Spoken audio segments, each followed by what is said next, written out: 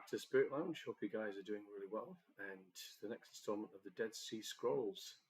Today we're going into the Covenant, which is the next chapter in Dead Sea Scrolls book by Burmese geezer, the one that I selected to walk through. So we'll go straight into this and let's see what we discover together. Okay, so the Dead Sea Scrolls and the Covenant. The Dead Sea Scrolls were found in 1947, similar time to the Nag Hammadi scriptures, by a young Arab shepherd climbing into a cave. Again, they were also found in a cave in a glass jar.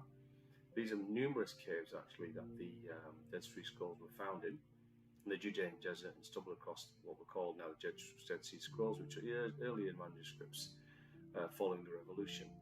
They're also called the Qumran Caves Scrolls prior to the Dead Sea Scrolls. A set of ancient Jewish manuscripts from the Essenes, the sect of Essenes that lived in a community called Qumran in Qumran. The book I've chosen is Geezer Vermees's translation of the Dead Sea Scrolls, which is actually a very good book if you are going to read any book. I suggest this one because I found it very useful. It does have very good footnotes and a good narrative by the author as well. Of course, not promotional material for me, but I just found it useful when creating the transcripts that I created, and also these PowerPoint slides that you're seeing and we're going through. Okay, the Covenant itself. So this is going to be quite a lengthy video, so hopefully you have the patience to walk through it. The history of mankind and of Jewish people. So this is also contains a narrative from the author as well. The history of mankind and of the Jewish people has seen a series of covenants. God undertook never to destroy mankind again by a flood. Remember the flood, and then the rainbow was created to promise mankind that the wrathful, vengeful God of the Jewish belief or Jewish religion wouldn't flood the world again and kill all of humanity. In exchange, Noah and his descendants were required to abstain from shedding human blood, and on the ritual level from eating animal flesh with the life. Now what is the life? The life is blood, and for henceforth kosher and halal meat is drained from blood, which is the blood. Still in it, this is documented in Genesis 6. So to Abraham, who was childless and manless, God offered prosperity and a country, provided he led a perfect life and marked his body and that of all his male progeny with the visible remainder of the covenant between himself and heaven. And this is called circumcision. This was the covenant, or the mark of the followers of the covenant, was the circumcision that they performed on children. Again, in the days of Moses, the Israelites were declared a kingdom of priests and a holy nation. God's special possession. Moral, social, and ritual precepts recorded, addressed by Moses to his people in the book of Deuteronomy. Excuse me. After the conquest of the Canaanites and the distribution of the land of the tribes, the fulfillment of God's promise to Abraham, the covenant was renewed by Yeshua, and the Israelites reasserted their commitment to their heavenly helper. From then on, the biblical story is one of continuous unfaithfulness to the covenant. But God was not to be thwarted by human unworthiness and ingratitude, and for the sake of the handful of just men appearing in every generation, he allowed the validity of the covenant to endure. Though he punished the sinful and the rebellious, he spared the remnant because of their fidelity to it. From time to time, saintly leaders from the Jewish people, King David and King Josiah, before the Babylonian exile, and Ezra, the priest after the return of the Mesopotamian, persuaded them to remember their covenant with God, with solemn vows of repentance and national rededication. But the promises were usually short-lived. This would be no doubt account for the development of an idea in the 6th century BCE of the New Covenant, founded not so much on the undertakings entered into by the community, as on the inner transformation of every individual Jew for whom the will of God was to become, as it were, second nature. So the last passage there, I don't espouse to any chosen nation, any holy nation above any other. But the last sentence here, for whom will of God was to become, as it were, second nature. This is what I talk about transformative spirituality. This is when I mention the nature of spiritual journey. It is not a virtuous or a self-righteous one or an egotistic one. It is to become you.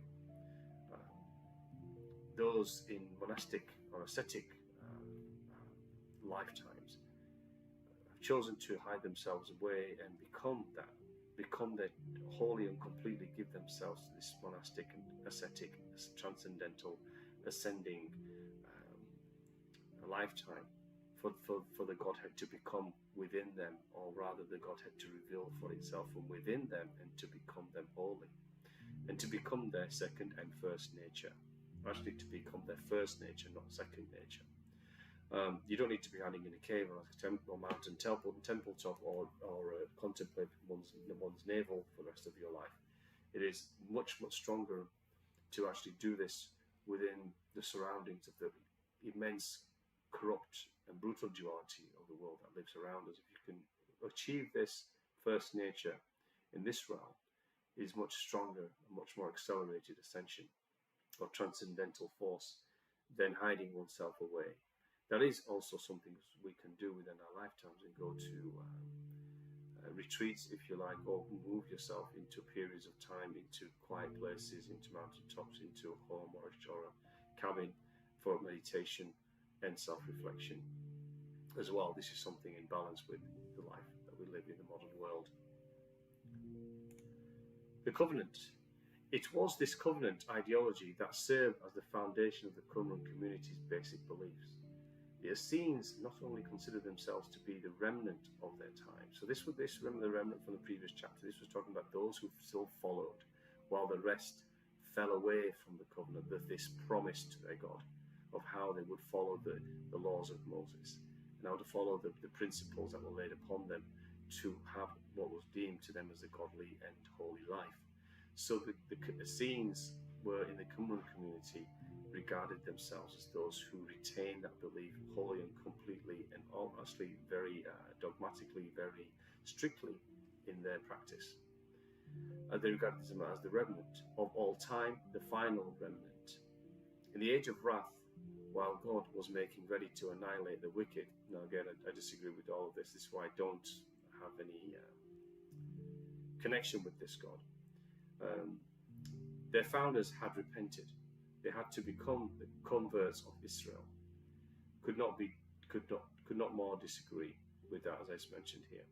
The teacher of righteousness has been sent to establish for them a new covenant, which was to be the sole valid form of eternal alliance between God and Israel. Convinced that they belonged to a community which alone interpreted the Holy Scriptures correctly. These are the Essenes in the Qumran community. They devoted their exile in the wilderness to the study of the Bible. Their intention was to do according to all that had been revealed from age to age, and as the prophets had revealed his Holy Spirit. This is in the first Qumran document, Qumran Scrolls. The guidance reaches into so many corners of life, into business and prayer, law court and kitchen, marriage bed and temple. The 613 positive and negative commandments of which it consists still not provide for all the problems encountered.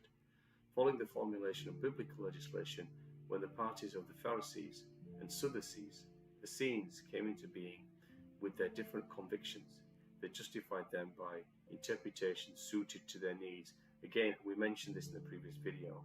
No matter what rabbi, priest, and pope, or guru, or self-professed holy conduit on a mountaintop or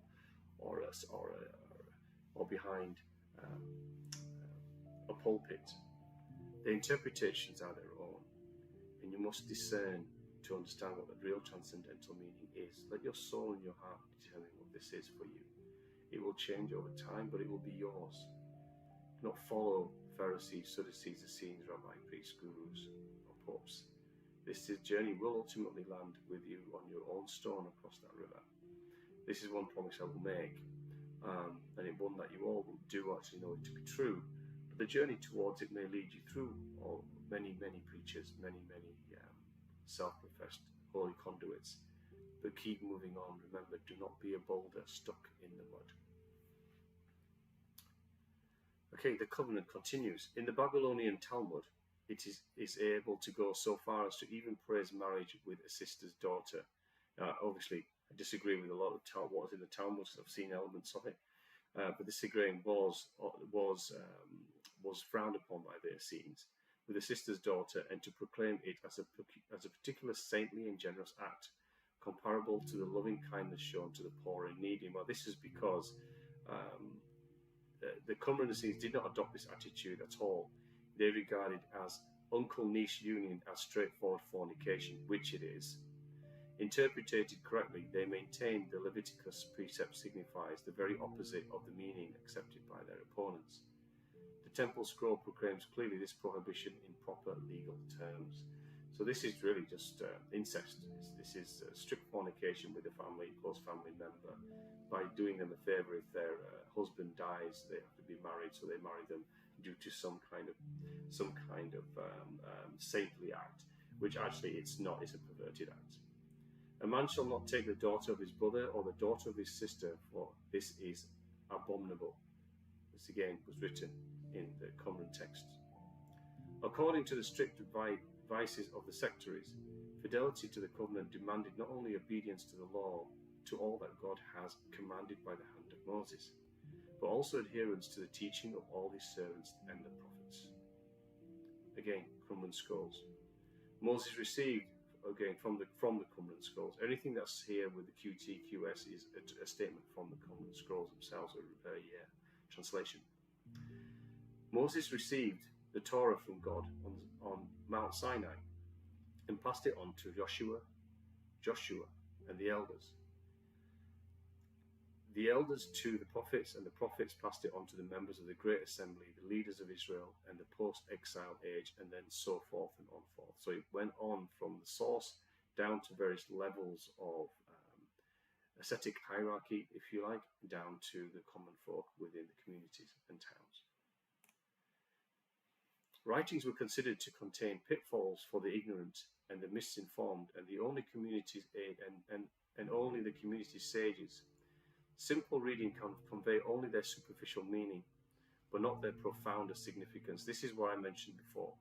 Never read anything spiritual text in its literal sense, particularly that which is 2,000, 3,000, 4,000, 5,000 years of age.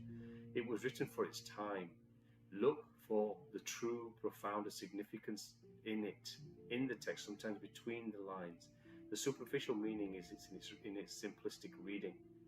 Interpret it, look always look for the transcendental purpose and meaning in what you read. This will give you the true significance, and sometimes it will come later on reflection of what's being read. Meditate on it if needed, but don't try to force yourself to achieve a profounder understanding of what you're reading. Sometimes in the passage you are reading doesn't always have to have a profound meaning. It may not have one. You may not find one. You may find one later, but don't try to avoid trying to find one. Try to avoid becoming more than what you're ready to become at that time. This is an egotistic thing. Put the ego away and try to become something in a gradual way. Remember, superficial meanings lead to extremist translations, lead to acts of separation between nations, and acts of violence between nations, and murder between nations, and terrorism between nations, and separation and exceptionalism between nations. This is what superficial meaning is of text. This is not to be advised on any text. Qumran sectaries argue that it is quite impossible to discover the meaning without an inspired interpreter, because the prophets themselves were ignorant of the full import of what they wrote. So when it was passed down, obviously, they're saying when it was passed down from Moses through the lineage, the meaning wasn't understood by them either. And the Essenes looked to try to understand the meaning of these texts in their truer, much more profound and meditative state, extract the meaning, the true purpose of them. Again, when you read we are going through a considerable amount of the scrolls here in this series that I'm going to be presenting to you, and I'll try to extract out my meaning. It may be something that resonates with you may not. But meditate on what you read, what you're hearing from me, and what you read yourselves. Knowledge of the authentic teaching of the prophets was the supreme talent of the teacher of righteousness. The surviving Bible commentaries are almost all concerned with predictions concerning the ultimate destiny and the right of the righteous and the wicked, the tribulations and final triumph of the house of Judah, and the concomitant annihilation of those who had rebelled against God. Well, the annihilation is no such thing. First of all, it never will happen. It has not happened since this was written, has it? I challenge anyone to prove to me that this has happened. In fact, humanity has just simply grown. The house of Judah just means that these teachings and the more profound significance and transcendental meaning in any text is only meant for this particular house. No, it is not meant for this particular house. It is meant for anyone who's drawn to read it and extract significance from it. All texts, they come from somewhere. Everything has to come from somewhere. Everything has to start from a piece of land where that person is standing. That person is standing as a cultural primary within that area, within that region, and therefore it is attached to that primary and that region or that religion or that culture. It doesn't mean it is strictly for that culture or that region or that primary. One example is the teachings of Yeshua. Yes, was Jewish. Yes, was a member of the tribes of Israel, if you like, but had a teaching that expanded way beyond the strict teachings of the Torah. It included other nations. It included everyone. The teachings were spread across all men, all women, all children. It was spread across the world to all peoples because it was the word that was being spread. It wasn't meant just for a small peoples, and that's what Yeshua brought to the world, was that teaching, that knowing that the teachings from the All God, the All One, the Absolute, the Father, is the teachings for everyone. For through the word cascaded to all nations is the passage to God. In other words, that interpreted to what was being said as only through me is the path to God. The scrolls directly impure to the teacher a particular God-given insight into the hidden significance of the prophecy. He was the teacher of righteousness to whom God made known all the mysteries. Well, again, this is putting someone on a pedestal as being the only interpreter to the mysteries that were in the words. If you allow yourself, you will eventually find those mysteries yourself. Of all his servants, the prophets, priests in whose heart had set understanding, or God set understanding, he foretold all that would happen to his people. So there was psychic visionary happening there. The sectary believed himself to be living in the true city of God, the city of the covenant built. The sect is the house, a house of holiness, a house of perfection and truth. Language used is reminiscent of Isaiah 16 and of Jesus' smile about the church built not on sand but on rock. That would I agree on. The church is actually within yourself. It is only built on sand when it's built on ego. It is built on rock when it's built on faith and trust. And the covenant, we're going through some passages here which I found inspiring and also touching. But I shall be as one who enters a fortified city. This is the church. As one who seeks refuge behind a high wall. This is protection that one receives when you are touching the essence of grace. I will lean on thy truth, O my God, for thou wilt set the foundations on rock. That is understanding the true nature, the true foundational understanding of the word that is being written, that is being read, that is being heard, that is being seen, that is being felt, and that is being expounded from within with that book that opens and the pages turn. And the framework by the measuring cord of justice, and the tried stones thou wilt lay by the plumb line of truth. Remember, this is the straightforwardness, the steadfastness with humility. to build a mighty wall which shall not sway, and no man entering there shall stagger. When you're in the light of grace and following that light towards the source of grace, you will not stagger, you will not sway, you will be fortified with strength and truth. The sectary would even carry his notions of solidity and firmness over into his own self, so that to become a strong tower, as we've just described. This is a perfect sentence from a passage. Thou hast strengthened me before the battles of wickedness. Thou hast made me a strong tower, a high wall, and hast established my edifice upon rock. Eternal foundations serve for my ground, and all my ramparts are a tried wall, which shall not sway. Again, this is mirroring in another way, the same way of strengthening yourself through following the light of grace, allowing your ego to drop, allowing humility to rise and the steadfastness that goes behind it, allowing that tower and that high wall, which is gnosis, ongoing, eternal gnosis and growth. Remember, action, word, thoughts, and decisions, intentions, all of that needs to be gauged upon. Is this bringing you transcendence? Is this a graceful action, word, thought, and intention? We all have ones that are obscure. Sometimes we have thoughts and feelings that come into us that we wonder where they come from because they feel so off the left, it's dark. We all have that. We must dismiss them and move them away and say, this is not me. Deny them within you. They become the eternal foundations and serve for thy ground or my ground. This is the church within. Remember, the undying church will always be within. If you're always seeking for your foundation to be in a physical building or a person on a pulpit, this will ultimately always fail you. There will not be firm ground under that. Okay, election and the holy life in the community of the covenant. For you are the people of the holy to the Lord your God. The Lord your God has chosen you to be a people for his own possession.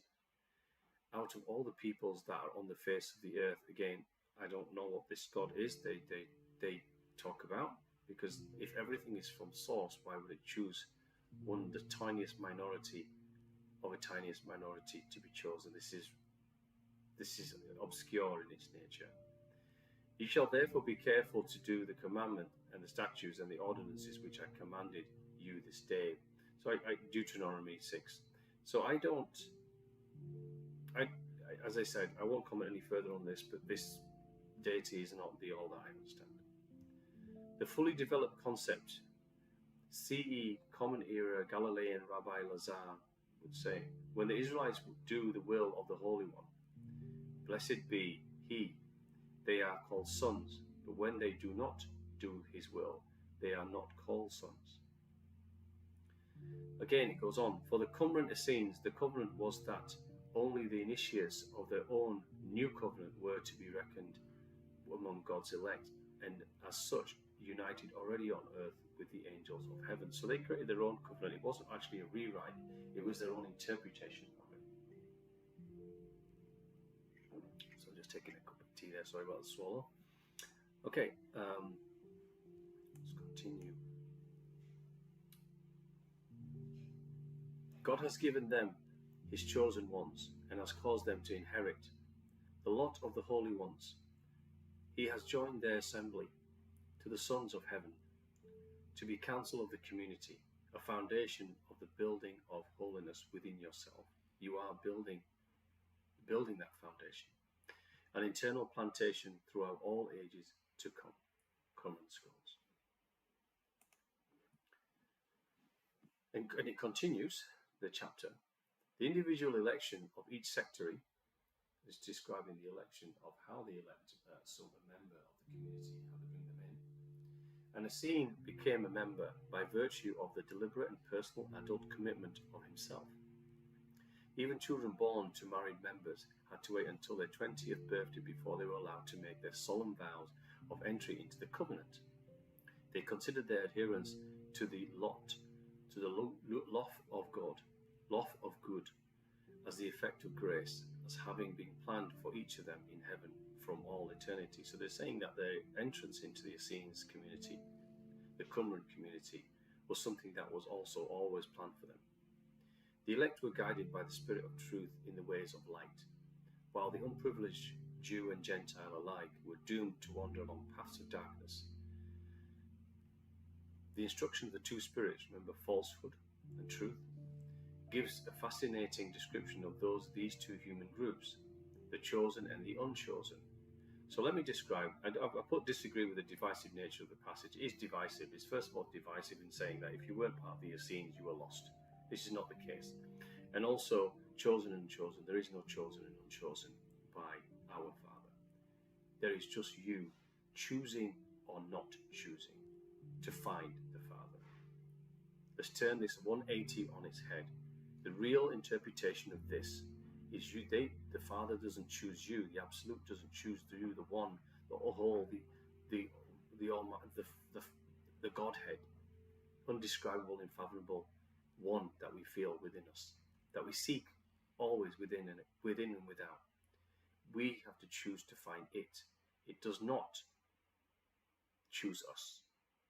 It chooses us because we think it chooses us because we've chosen it, and the light of the Father awakens within us that feeling of being chosen, of being guided, of being drawn towards. That's because we've chosen to drawn towards it. That is the movement that is happening. It is not because there has been a reach out. The Father waits for all things to return to Him in eternal, infinite patience, waiting for us to turn away from our left, our darkness, our lost, our wanderings in the middling. It waits for us to find the narrow channel, inviting us forward constantly between the pull of the Spirit within us. Our soul's constantly seeking the light. It is our ego, our self-righteousness, our virtue, our loss of self and being that draws our soul away from the light. Our soul is what you become. It's your reflection of being in the realm of matter, in the realm of experience in this universe, and all that's within it. So become chosen yourself. You choose, you do not become chosen. You unchoose when you move away. Through the humanness, through the material world, the trappings of it, you can lose oneself very, very easily in this world and become distracted, become lost in the myriad, the spaghetti of the world. Therefore, you become lost, you become unchosen, because you choose not to find light. This is the true nature of it. The Master shall instruct all the sons of light and shall teach them the nature of all the children of men according to the kind of spirit with which they possess. This is true here. So it says, let's just read this again. The Master shall instruct all the sons of light and shall teach them the nature of all the children of men according to the kind of spirit with which they possess. So this is true. You will be shown in the book, the metaphorical book that I described, or the petals of the flower that open, unveil themselves, the golden center. Gnosis and knowing at the speed at which you are ready to receive it. So this is not the kind of spirit. You can be, a searching spirit is a searching spirit. Of course, if the soul, remember, it's really for me, it's the kind of soul which they possess, not spirit. The spirit is pure. It is the Godhead. It's the soul which you possess that is shown what it's ready to see, or what its wanderings have allowed it to open and reveal it to itself. He has created man to govern the world and has appointed for his two spirits in which to walk until the time of his visitation. What is this time of visitation? Well, it's not a visitation that's directed by the grace. This is a visitation that's directed by you. It's your openness and your desire to ask the divine grace to come and reveal itself to you and allow you to reveal it yourself to it from within. Have your soul move towards the light. This is the visitation that you wait for. The spirits of truth and injustice. Those born of truth spring from the fountain of light, but those born of injustice spring from the source of darkness, where you choose this. And unfortunately, this is the soul's nature, the garment in which the soul leaves behind it after lifetime if it chooses the darkness constantly. Look around us in the world today. What is about to be revealed to you all is going to be shocking, and has been shocking in the past, but it's just the tip of the iceberg of what's coming. You're going to start seeing the revealing of what's hidden from you, from the ignorance of humanity. there is real darkness out there. It's going to be revealed, but their truth, but the revealing allows your and our light to destroy that darkness. It's just darkness is destroyed once it's revealed by light. Truth, in other words. Exposure in this modern world is another word for that. For everyone to see and know is another word for that. It's called light. Are ruled by the Prince of Light and Dark. Are ruled by the Prince of Light, ruled by the Angel of Darkness. There's two forces. The Angel of Darkness leads all the children of righteousness astray, if you choose it. And all their unlawful deeds are caused by his dominion in accordance with the mysteries of God. Remember, your unlawful deeds, your dark deeds, don't blame them on another force, blame them on yourself. You've either invited the astral energy in, you've invited the darkness forces to you for a ritual you performed, a heinous act you've been engaged in, or mental thought, intention. It is a doing of one's own soul why these things occur. You choose to do this. And if one continues, the attachment of the darkness, the attachment of dark forces into the auric field, within the internal energy, becomes so great it overwhelms and takes over. It's the nature of possession. Election and holy life in the community of the covenant continues. But the God of Israel and his angel of truth will succor, which means assistance and support in times of hardship, all the sons of light. For it is he who created the spirits of light and darkness, and founded every action upon them, and established every deed upon their ways. And he loves the one everlasting, and delights in its works forever. But the counsel of the other he loathes, and forever hates its way. So there is an element of truth, for he who created the spirits of light and darkness and founded every action upon them didn't actually create in my gnosis. But the fact that there is light and darkness exists, everything is created from love and grace, but within a realm of complete possibility, probability, and eventuality, if you like. It's the eventuality, probability, and possibility. It's the inevitability of it all. What does that mean? That means that there was inevitability that darkness would be created within the realm of all possibility by those, the souls that move away, that drift from the light. They enter in with full grace, but over the course of the dawn of existence, the dawn of the breath of the Father creating form in its intention. Darkness was always an inevitability that it would be created, that it would form itself within this universe of infinite possibility and probability. I call it the inevitability of possibility and probability. That the duality, what we call duality, is light and dark. It is good and bad. This was not the case on the inception of all that exists around us. It was created with just love. But grace, being the all of the all, understands that darkness wouldn't be inevitability, that it would be a force created in this realm, in this universe. Then that could become a strong force in some realms, in some dimensional realms of experience, even in species such as the human race, where darkness in this third dimensional state, this is where duality state, the dimensional states of 1 to 7 or 1 to 12, however many one believes that there are spiritual frequencies, ascending frequencies of soul towards spirit. The lower realms are those of complete darkness. How are they created? Well, they're created because we create darkness ourselves, and we create various strengths of darkness to the very, very so obscene that we don't wish to think about it. They're so obscene, they're so disgusting, they're so away from light and darkness that it would vomit us. Levels of darkness exist, and the souls have moved themselves into that. These are the depths that we call the depths of the soul. But the levels of transcendence from there that are still dark, moving into light, moving to dark, into grey, into light. But this was not the creation of our Father. These were not realms created by it. These are realms created by everything that exists in this universe in totality. Everything that's ever had animate or inanimate, conscious or unconscious of itself, sleep or awake, manifest light or dark force, depending on its action, word, thoughts, and intentions that it expounds through the will of itself.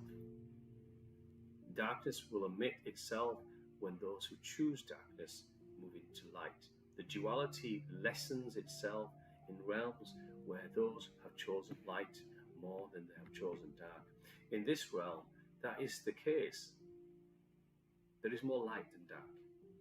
There always has been. But sadly, we've become a race of a species that has absorbed within to itself only. It's an I'm all right Jack nation, which is a term used in my home country, where it just simply means that if I'm okay, I don't care about anybody else. I'm all right, Jack.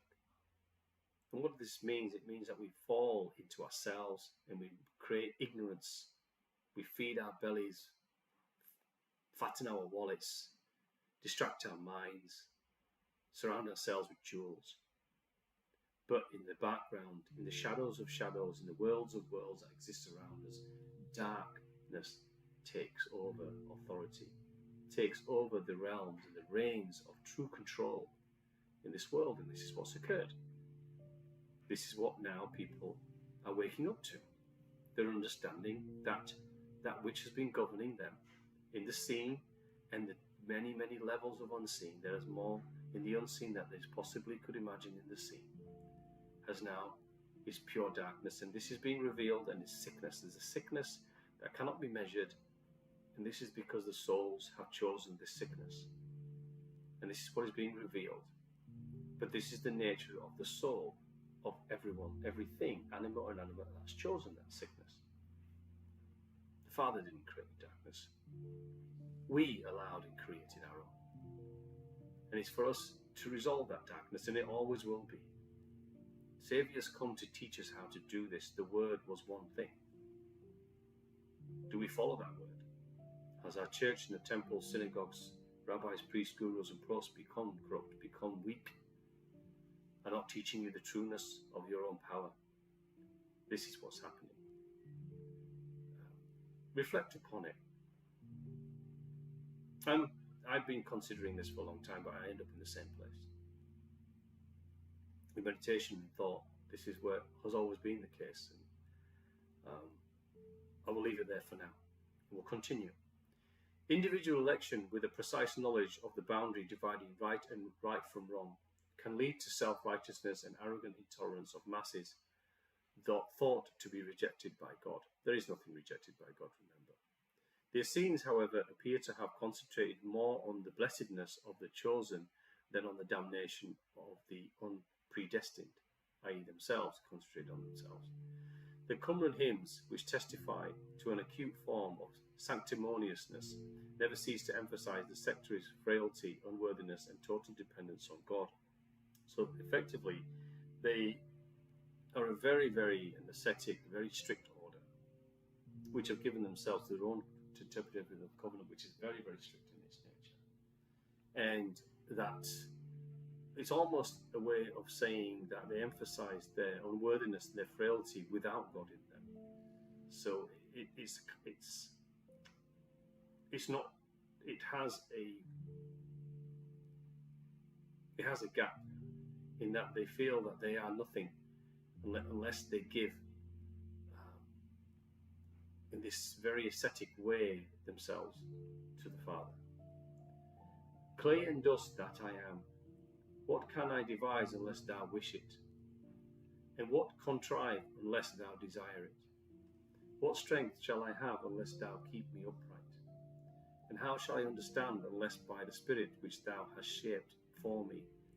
The last sentence is the only one I would capture from this.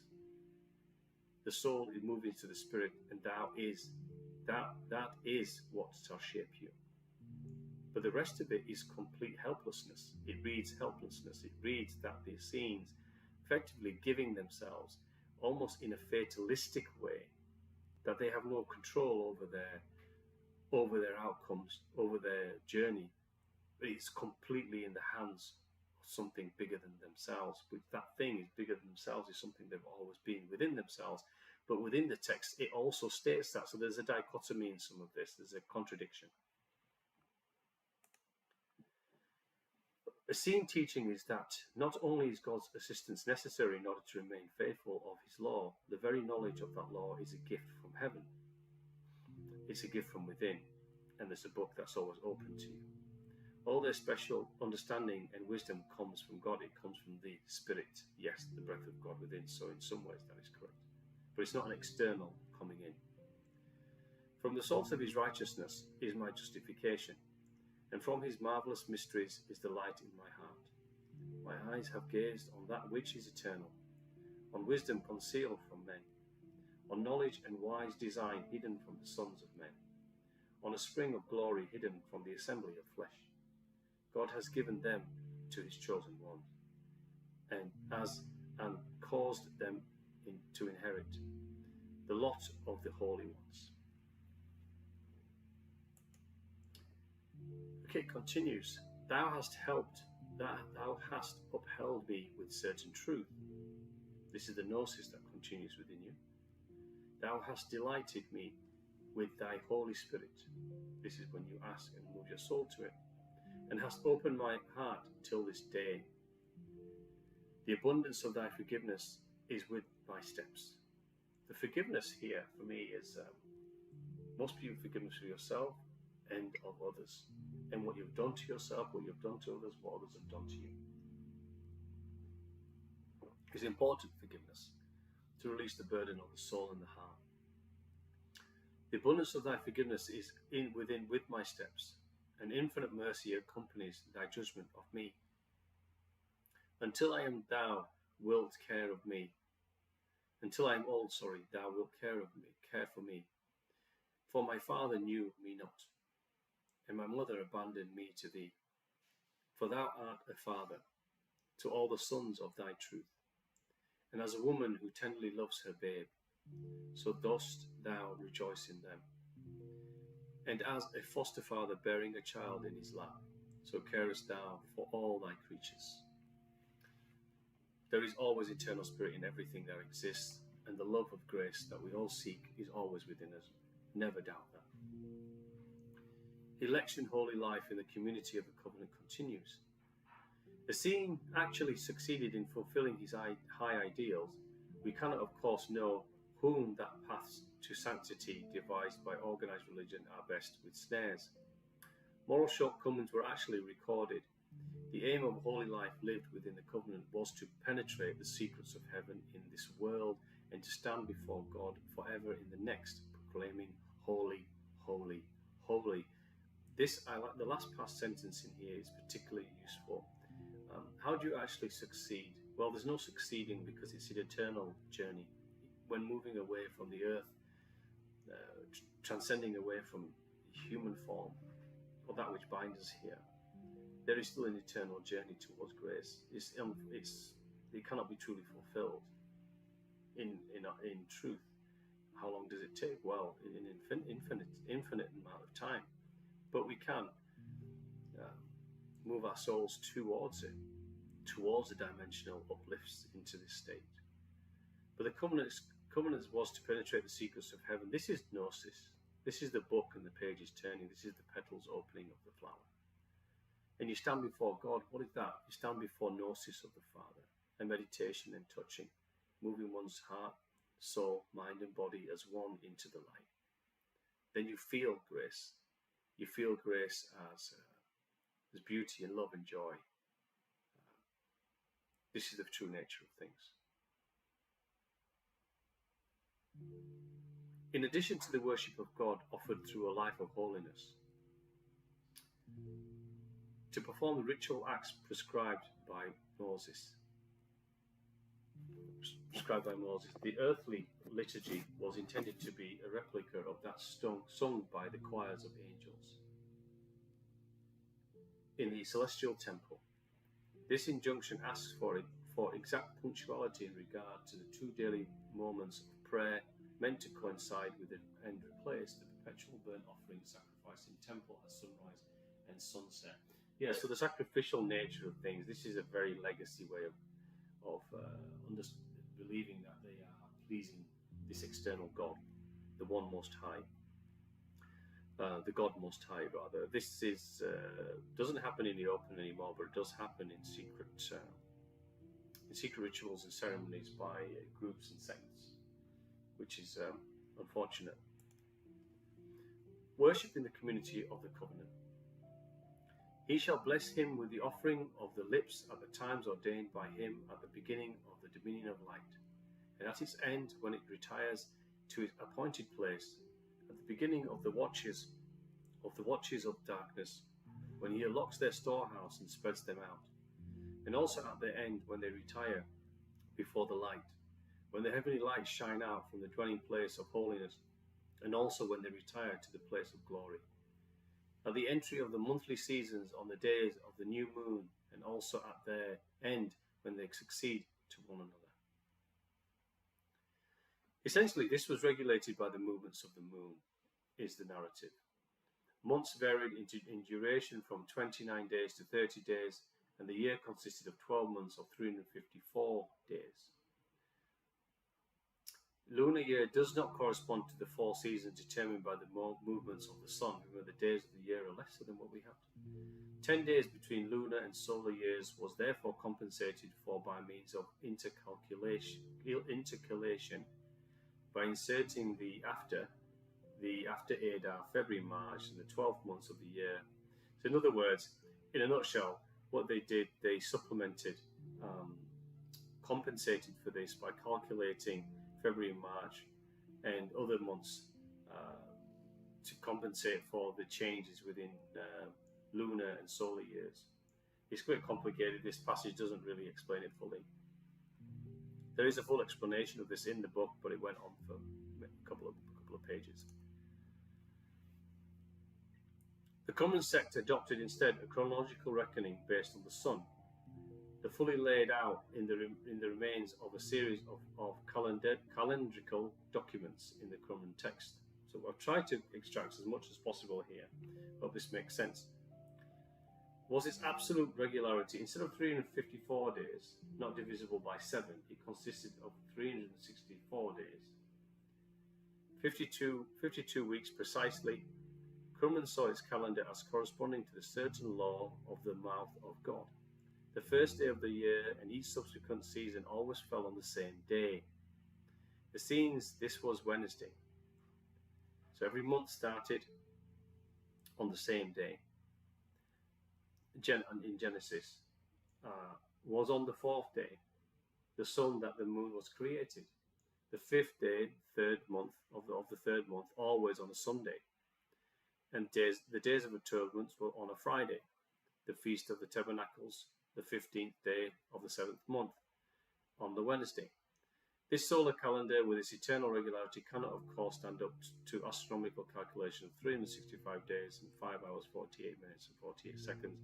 So they had a strict way of calculating the year where certain things had to land on certain days. So therefore, their calendar year was 364 days of 52 weeks. Obviously, now we have astrological measurements and calculations of the movements around the sun, which has allowed us to calculate what we call astronomical calculations for the year and seasonal changes in months. We have strayed, we have disobeyed, we and our fathers before us have sinned and acted wickedly in walking counter to the precepts of truth and righteousness. And God has judged us and our fathers also, but he has bestowed his bounty mercy on us from everlasting and everlasting. Okay, another passage. After the confession, may he bless you with all good and preserve you from all evil. May he lighten your heart with life-giving wisdom and grant you eternal knowledge. Again, the reason I pulled this out is because the nature of transcendence is gnosis. It's knowledge and it's wisdom. It's knowledge and it's wisdom and it's gnosis. The unveiling of petals are gnosis. The pages turning are knowledge. May He bless you with all good and preserve you from all evil. He lighten your heart with life-giving wisdom and grant you eternal knowledge. He may raise His merciful face towards you for everlasting bliss. Another passage. This paraphrase of the blessing of Israel, which God commanded Moses to transmute to Aaron and his sons, a special malediction directed by both priests and Levites at any sectary whose conversion may be insincere. Cursed be the man who enters the covenant. So this is the malediction that they would say to a sectary who is not necessarily sincere about why he wants to be part of the community. Cursed be the man who enters this covenant while walking among the idols of his heart, who sets up before himself his stumbling blocks of sin, so that he may backslide. Hearing the words of this covenant, he blesses himself in his heart and said, "Peace be with me, even though I walk in the stubbornness of my heart." In other words, his heart is not completely cleansed of what the materialistic nature of where he's come from, or potentially idol worship itself. Okay, the community rule is satisfied that a single deliberate transgression of the Mosaic law would entail irrevocable expulsion. We've read this before, and we had this in the previous video. We're supposed to be fully versed in the Torah, and also circumcision, for example, which was certainly practiced. Circumcision, for example, was certainly practiced in connection with female uncleanness after childbirth. When Leviticus is cited in passing, it is also referred into figuratively into context of severing the foreskin of the evil inclination. This must be sexual, of course. The covenant of Abraham, mentioned in connection with Gentile manservants, the scene was forbidden to eat food prepared by people not belonging to the brotherhood. True purification comes from the spirit of holiness, and true cleansing from the humble submission of the soul to the God's precept. This sentence alone describes the entire journey. If you took nothing else away from anything we read from now and prior to this, this is what it is. True purification comes from the breath. The breath of the Father is the Spirit. True cleansing is your soul's movement towards it in humble but steadfast strength towards it. Humble submission is moving one's ego, self-righteous virtue away and allowing yourself to move towards it. Not a rock in mud, but a feather in the wind. The movement of harmony as water moves downhill into the ocean. Therefore, of the soul, this is the soul's movement to all God's precepts, i.e. knowledge and gnosis and wisdom. The sentence is great. If you take nothing else, take this.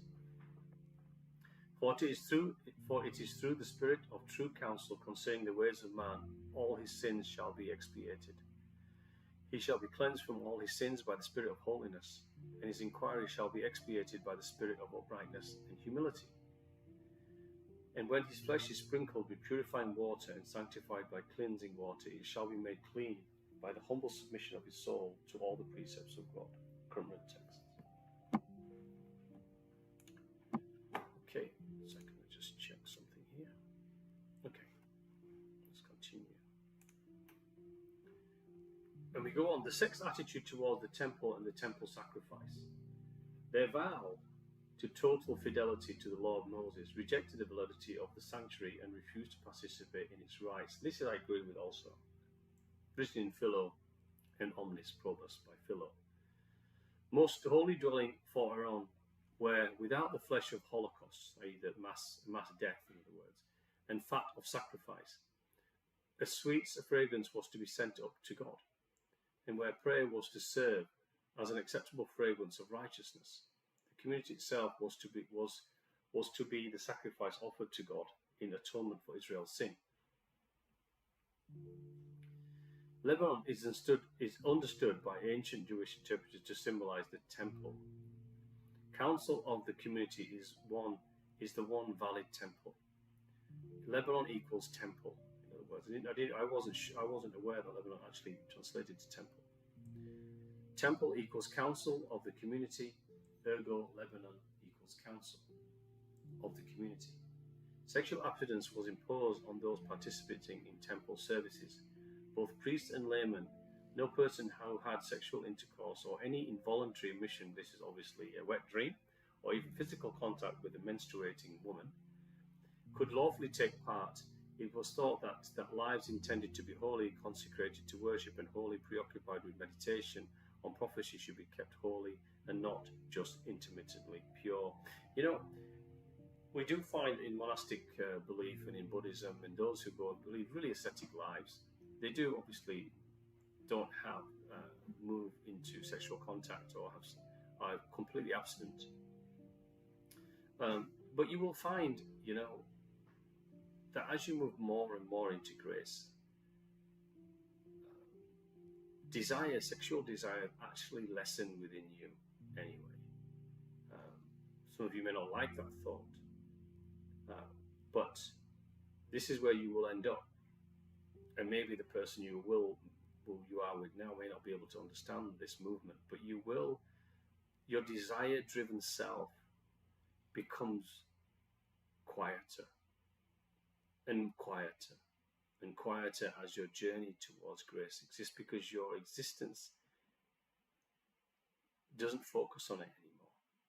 It's not just materialistic things, it's also the physical aspects, the sexual desires as well, not just the material, egoistic, self-righteous, virtual desires. They all dissipate, and you don't have to be abstinent because it starts to become your nature. I'll be interested to see if any of you comment on that, because I certainly can tell you that's the case for me. Okay, future expectations in the community of the covenant. The Essene sect was born into a world of eschatological ferment, of intense expectation of the end foretold by the prophets. Obviously, there is no end. It depends what we call end. Community sages projected an image of the future, which is elaborate and colourful, but which cannot always be fully comprehended by us. They foresaw in their community story the fulfillment of the prophetic expectations concerning the salvation of the righteousness. What is the salvation of righteousness? Of the righteous? Well, what is righteous really? It's an egotistic term. You call yourself righteous. What is salvation? Well, it's just simply the movement towards your decision to move your soul to light. Salvation is moving your way, recovering yourself from ignorance, is it not? Moving your way from materialism, moving yourself away from the trappings, or rather the capture of this world. You can live in this world but not be caught by it. Remember, don't become of this world or from this world. Be more than that. You are beyond this realm, totally. And this is the salvation. The sons of light would go to battle against the sons of darkness. The community or the exiles of the desert would move to Jerusalem after a preliminary attack on the army of Belial, the wicked demon. This is obviously the wars they were having with non-Judaic nations, symbolized by the ungodly of the covenant and their foreign allies from the environs of Judea, and an assault on Kittim, the Romans, occupying the Holy Land. So all this wicked and Belial are really talking about other nations and the wars that occurred during this time, the ongoing perpetual wars that they were having. Such was to be the course of the war in its earthly dimensions, but it would possess in addition a cosmic quality. The host of the Sons of Light, commanded by the Prince of the Congregation, were to be supported by the angelic armies led by the Prince of Light. So this is almost... you can read this in literal sense, or you can read this in its spiritual sense. They were being supported by the strength of their fortitude in their devotion and the covenant which they followed and believed. Also known in the scrolls as the Archangel Michael or Melchizedek. Similarly, the ungodly of the covenant and their Gentile associates were to be aided by the demonic forces of Satan. So there's obviously a clear division here, or Belial or Melchizedek. God's intervention alone will bring about the destruction of evil. So they're clearly saying that they were all light, and that anyone else who was fighting them were obviously must have been evil and followed by Satan. So this is, you can take this for what it is, but I think this is epidemic of that time and the exceptionalism that some felt in their chosen nature, which is causing this kind of language. The role of the priests and the Levites is in this imaginary ultimate grappling of good with evil, and I kind of agree with this imaginary. As described in the war, they were just fighting others who hated them and they hated the others. This is what was happening. Again, it's happening now, is it not? Religious separation, cultural separation, ideology separation, who they think is the God of all gods, the one most high separation. As described in the War Scrolls, it is more difficult to determine the function of the commander-in-chief and so-called prince of the congregation, which was the leader effectively. Little room appears to be left in the war rule for him to act as the royal Messiah. God himself is the supreme agent of salvation, and after him in importance is Michael. As for the afterlife proper and the place it occupies in a scene thought, for many centuries in the biblical age, Jews paid little attention to this question.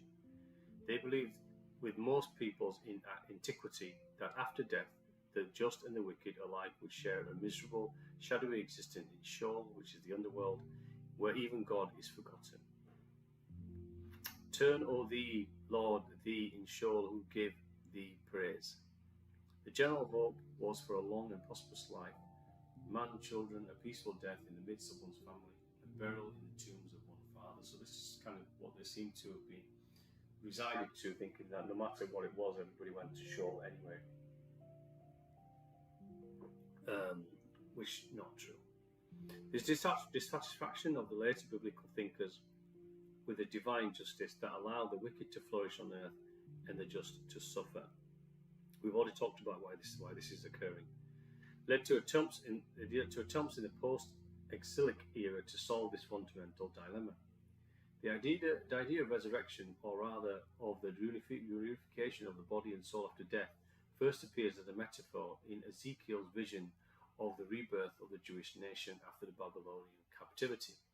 Resurrection was expected to be the true reward of individuals who freely gave their lives to God. What is a resurrection? The resurrection, again, is the new self, the new being that emerges from the old material lost being, the one that meanders and wanders, the one of the left in the darkness, who's chosen light. This is the resurrection of the spirit, the force of the spirit within you, the light within you. This is what that is. That is true resurrection. It's a rebirth.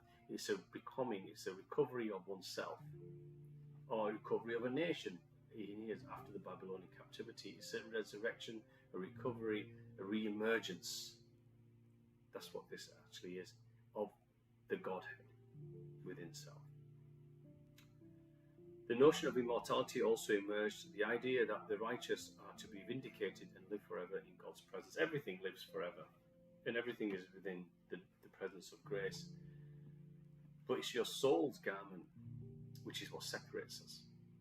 It's your soul's garment, the colour of that garment, and the formulation of that garment, that we have all created our own garment, and we are cleansing it for all eternity because we've moved away from it, or seems to be eternity also, or rather moved away from the spirit, from its true colour. Okay, future expectations in the community of the covenant continues. Josephus tells us that the Essenes subscribed to this second school of thought. According to him, they adopted a distinctly Hellenistic concept of immortality, holding the flesh to be a prison out of which the indestructible soul of the just escapes into limitless bliss in an abode beyond the ocean after its final deliverance. This is called resurrection. I agree with this statement in terms of Josephus' Hellenistic view, if you like. You could call my view Hellenistic, implying the return of the spirit to a material body can thus play no part in the scheme. Well, this is not necessarily true. Part of this I agree with, in that the prison of the flesh, and where the soul needs to find the spirit, which is the limitless bliss. But reincarnation, i.e. the soul's re-entry into a material body, has a part to play. So reincarnation does. This is where in the past final sentence here, I would kind of disagree. The hymns include equivocal statements such as, hoist a banner, O you who lie in the dust. or bodies gnawed by worms raise up an ensign. This is from the War Scroll, which may connote bodily resurrection. We could, or bodies gnawed by worms raise up an ensign. This could infer resurrection, but it's not firm enough for me to say that it infers this. On the other hand, the poet's language may just be allegorical, moral, or have a hidden meaning. Well, everything has a hidden meaning. The community rule discussing the reward of the righteous and the wicked assures the just of eternal joy in life without end, a crown of glory and a garment of majesty in unending light. The extinction in the fire of the dark regions. It is interesting to observe that the immortality was not conceived of as an entirely new state, but rather as a direct continuation of the position attained on entry into the community. From that moment, the sceptre was raised to an everlasting height and joined into the everlasting council, the congregation of the sons of heaven. So for me, if you read this is, but in other words, it's describing exactly what we've been discussing, but in another way. They're saying that you come in a certain state into the congregation, but you leave in a higher state. In other words, the soul has reached a certain state of ascendance in that it reflects more of true light, the Spirit of God, and becomes a congregation of sons of heaven. This is the resurrection, this is the salvation, this is the ascension that one seeks, but it's iterative, it goes over lifetimes, many, many lifetimes. One can never really achieve full state of everlasting counsel, if you like, everlasting height, in just one lifetime. How is this? This is just not possible. To know all there is to know enough from this realm will take many incarnations to do so. In my perspective, and that what I've seen to be true. Okay, and it continues. Shortly after the liberation of the scrolls in 1991, a previously known poetic text, usually designated as a resurrection fragment, surfaced, which, echoing Isaiah, describes God in the age of the Messiah as healing the wounded and reviving the dead. Many hundreds of Qumran manuscripts definitely testifies to the sect's belief in bodily resurrection. The Essenes pray and hymns which testify to an absolute dependence on the Almighty and a total devotion to what believed to be God's cause. So there is some bodily resurrection in the text. So let's read this. For without thee no way is perfect, and without thy will nothing is done. It is thou who hast taught all knowledge, and all things come to pass by thy will. There is none beside thee to dispute thy counsel, or to understand all thy holy design, or to contemplate the depth of thy mysteries, and the power of thy might. Who can endure thy glory, and what is the Son of Man?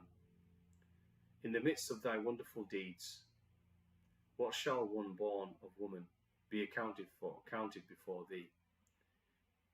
Kneaded from the dust, his abode is the nourishment of worms, but he is but a shape, but moulded clay, and inclines towards dust. It's the final piece here that is basically saying that the body is nothing but moulded clay and goes back into dust. Well, it does either through fire or it ends up that way, either through burial. But it is just the nourishment of worms. It's basically saying that the body is not of permanence. It's a temporal thing that would suggest that a reincarnation of another body is possible, because it's the spirit which is eternal. The soul's movement is eternal.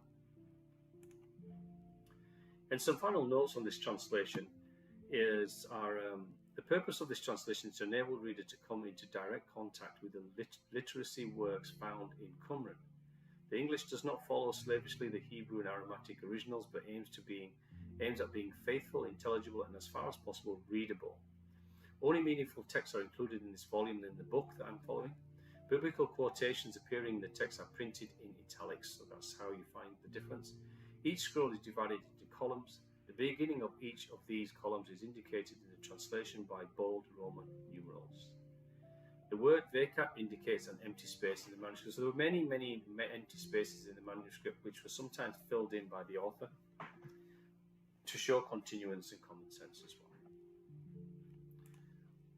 Okay, I want to say thank you again. It's a very lengthy 1-hour video. Remember, the grace is within you. You are transformative. Make sure it's you and it's only you. Transforming spirituality transforms oneself. Virtuous spirituality is temporal and of little value in nature. The divine reality is always yours. Be that resurrection and salvation, because it's waiting for you. It's the soul's movement into your light, into the light of the Spirit. This will always be the case. Okay, I want to say thank you all for listening, and I do appreciate your thoughts and your time. For those who have subscribed, please like and subscribe. Please pass on to others. It helps this channel grow. I do want to reach others, to spread my message, my teachings as far as possible, to help others move towards the light themselves. It's your own journey. Find the narrow channel. This is my path, because I think people have lost the nature of the divine, the Father, the Absolute, the Godhead. And this is what's missing in this world, in our own personal and private lives. This is what's missing. The loss of this world will entrap and capture us if we don't have that guiding factor, because the churches, temples, synagogues, mosques, they're failing everyone because they're losing the primary message. The real founding message, the depth of message is lost, and only interpretation of those who wish a certain interpretation and a certain will to be executed cascade across this earth. And many churches are being destroyed from within through ideologies that are coming from the left and the dark. This is cascading across the world now. And the true church is always within you. This is the one that cannot be corrupted. It can only ever be corrupted by you. All external churches can be corrupted by all others and external factors. This is why they are not really set in stone. The true foundation of stone, the church that you need to follow, that the Christ, the Krishna, the Buddha, all avatars lead you to, is the bridal chamber that resides within yourself, and open up the energetic book of gnosis that is within yourself. For the divine waits for you and calls. You must choose to be chosen. For you are always chosen in the light of God. God bless you all until next time, and I thank you again.